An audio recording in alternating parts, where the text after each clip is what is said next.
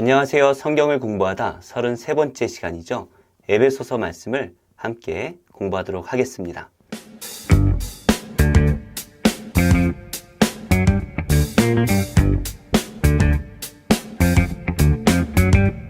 에베소서는 바울이 이 에베소 교회 성도들에게 보내는 편지입니다. 이 에베소서를 이해하기 위해서는 먼저 에베소 도시에 대해서 우리가 이해를 해야 될 것 같은데요. 에베소는 해상과 육로, 교통 중심에 있습니다. 내륙으로 보더라도 에베소 지역은 남쪽에서 북쪽으로 가는 길목에 있고 바다에서 육지로 가는 그 중심에 있습니다. 그러다 보니 무역과 상업의 중심지일 수밖에 없고요. 많은 사람들이 모일 수밖에 없습니다. 많은 사람들이 모이다 보니까 여러 우상들을 섬길 수밖에 없겠죠. 이곳에는 아데미 신전이 있습니다. 세계 7대 불가사의 가운데 있었던 이 아데미 신전은 매우 웅장한 크기를 자랑하는데요. 로마에 있는 많은 사람들이 이 아데미 신전에 제사를 드리기 위해서 순례를 왔다고 합니다. 그러니까 예루살렘 성전을 유대인들이 방문하는 것처럼 로마 전역에 있는 사람들이 아데미 신전에 제사를 드리기 위해 왔다라는 것이죠. 그러다 보니까 이 지역은 아데미 신전으로 인한 관광 수입이 매우 많았던 지역입니다. 이러한 배경 속에서 우리가 에베소 교회를 한번 생각해 보면요. 에베소 교회는 바울이 3차 전도 여행 가운데 세웠던 교회입니다. 이 에베소 교회는 바울이 특별히 3년 동안이나 머물면서 애정을 쏟아낸 교회인데요. 바울이 이렇게 오랫동안 머물렀던 이유는 에베소 지역뿐만이 아니라 에베소를 중심으로 이 주변에 있는 지역 교회들의 중심지 역할을 했기 때문입니다. 이 에베소 교회에 대해서 성경은 사도행전 19장 말씀에서 자세하게 설명을 하고 있는데요. 바울이 이 에베소 교회에서 있는 동안 세례 요한의 12명 정도 되는 제자들이 예수의 이름으로 세례를 받는 일이 있었습니다. 세례 요한의 제자들이 세례 요한에게 물로 세례를 받았지만 예수의 이름으로는 세례를 받지 않았기 때문에 바울이 이들에게 예수의 이름으로 세례를 주었고 이때 성령께서 그들에게 역사하셨죠. 바울은 이 두란노 서원이라는 곳에서 2년 동안 강론했습니다. 두란노 서원 많이 들어보셨죠? 바로 이 두란노 서원이 에베소 교회 안에 있었고요. 바울은 이곳에서 병고침과 귀신을 내쫓는 많은 일들을 했습니다. 그리고 많은 마술사들이 이 바울을 만나서 회심하게 되는데요. 이 당시에 마술사들이 가진 이 마술책들은 매우 고가의 책들이었습니다. 그러나 이 마술사들은 예수님을 영접하고 그 책들을 다 불살라버리죠. 그런데 바울이 있는 동안 문제가 생겼습니다. 이곳에 있는 은장색들, 세공인들을 말하는데요. 이들이 우상을 만들어서 팔아야 되는데 바울 때문에 많은 사람들이 예수님을 영접하다 보니까 우상이 팔리지가 않는 거죠. 그래서 이 은장색들이 바울을 고발하였고 법정에서 이 바울이 무죄로 판결납니다. 그리고 바울은 이 에베소 교회를 떠나서 마게도냐 지역으로 갑니다. 이렇게 바울의 3차 여행 중에 에베소 교회가 세워지게 되었습니다. 그런데 바울이 이 에베소 교회에 에베소서를 보냈는데요. 그 배경을 보면 바울이 로마 감옥에 갇혀 있을 때에 이 에베소서를 기록했습니다. 그런데 이 에베소서는 에베소 교회만을 위해 보낸 것은 아니고요. 에베소를 중심으로 한 이 소아시아 지역의 모든 교회를 대상으로 이 에베소서가 읽히기를 바라며 썼던 책입니다. 그 내용을 간단하게 보면 1장에서 3장까지는 구원에 대한 설명을 하고요. 4장부터 6장까지 구원받은 성도가 어떻게 살아야 되는지 그 삶의 실천을 말하고 있습니다. 먼저 1장의 말씀을 간단하게 살펴보면요. 삼위 하나님께서 우리를 어떻게 구원하셨는지를 자세하게 설명하고 있습니다. 성부 하나님께서는 그리스도 안에서 모든 인류를 예정하셨다라고 말씀을 하십니다. 그러니까 누구를 구원하실지 이미 세상이 만들어지기 전에 예정하셨다라는 것이고요. 성자 예수님께서는 십자가에서 피를 흘리심으로 우리의 모든 죄를 속량하십니다. 그리고 성령님께서는 그 예정하신 자를 구원에 이르도록 이끄시고 또 그 구원을 반드시 이루신다는 약속을 우리에게 주십니다. 그리고 실제로 구원을 이루어 가시죠. 그러니까 아버지 하나님께서는 누구를 구원하실지 예정을 하셨고 예수님께서는 십자가에서 우리의 구원을 완성하셨습니다. 그리고 성령님께서는 그 완성된 구원을 각 사람들에게 이루어 가시고 계시다라는 것이죠.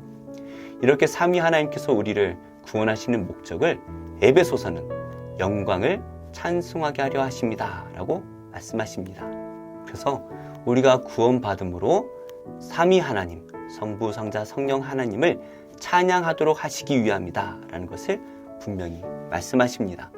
2장에서는 우리가 십자가로 하나가 되어야 된다라는 것을 말하는데요.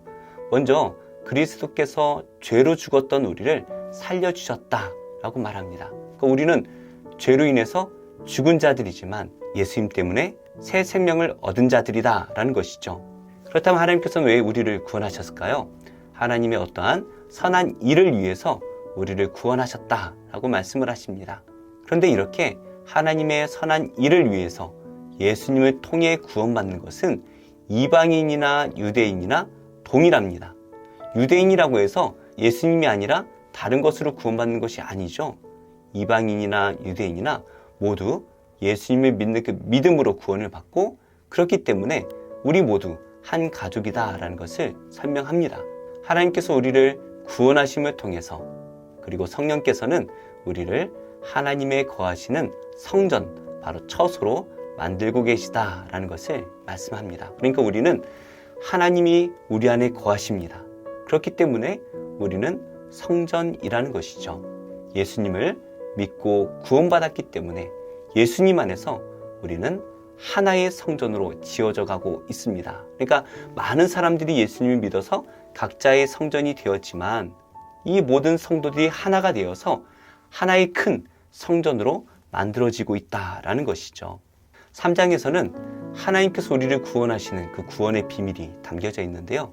그것은 바로 유대인과 이방인 모두 구원하기로 예정하셨다라는 것입니다.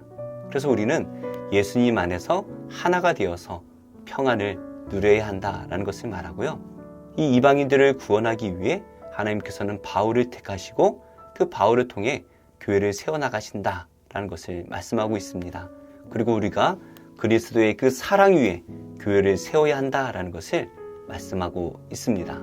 이제 이 그리스도의 사랑으로 구원받은 우리는 어떻게 살아야 될까요? 4장 말씀에서 구체적으로 우리가 어떻게 살아야 되는지 말씀을 하고 있는데요. 바로 하나님을 본받는 새 사람이 되어라 라고 말씀하고 있습니다. 우리는 한 하나님을 믿습니다. 그리고 한 가지 믿음을 갖습니다. 그렇기 때문에 한 하나님과 한 믿음으로 하나가 되어야 합니다. 교회 안에는 다양한 직분들이 있죠. 그러나 이 모든 직분들은 그리스도의 한 몸을 세우는 일에 협력해야 됩니다. 한마디로 하나가 되어야 한다라는 것이죠.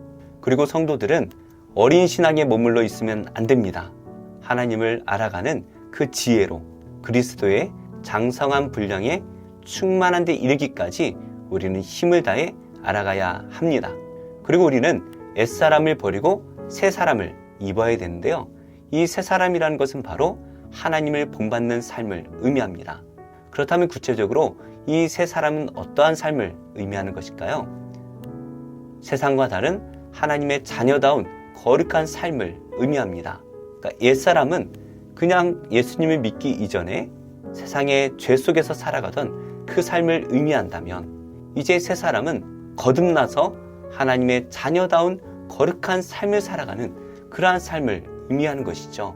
바울은 구체적인 예를 3가지를 드는데요. 첫 번째로 아내와 남편의 관계, 자녀와 부모의 관계, 종과 주인의 관계로 설명합니다. 이 모든 관계가 그리스도께서 교회를 사랑하시는 그 마음으로 그리고 교회가 그리스도를 섬기는 그 섬김으로 관계가 맺어져야 한다라고 설명합니다. 그러니까 아내는 남편을, 남편은 아내를 사랑하고 섬겨야 되고 자녀는 부모를, 부모는 자녀를 사랑하고 섬겨야 됩니다. 종은 주인을, 주인은 종을 사랑하고 섬겨야 됩니다. 마치 그리스도께서 교회를 사랑하시듯 교회가 그리스도를 섬기듯 사랑하며 섬겨야 한다라는 것이죠. 그런데 이렇게 사는 것이 쉽지가 않습니다. 그래서 바울은 하나님의 전신갑주를 입으라 말합니다. 우리 안에 하나님께 순종하지 못하게 만드는 그 마귀와 싸워 이기라는 것을 말하고 있습니다. 에베소서 말씀을 간단하게 요약을 하면요, 우리를 구원하시는 삼위 하나님의 사역을 1장에서 설명했습니다.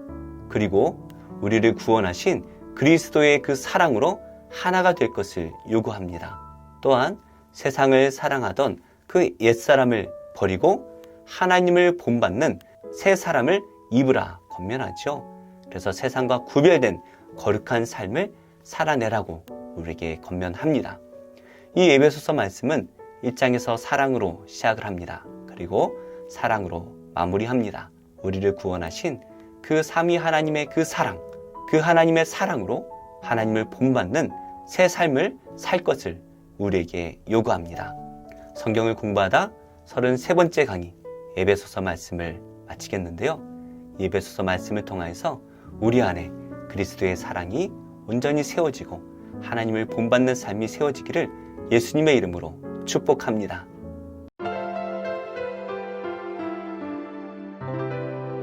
좋은 교회, 좋은 TV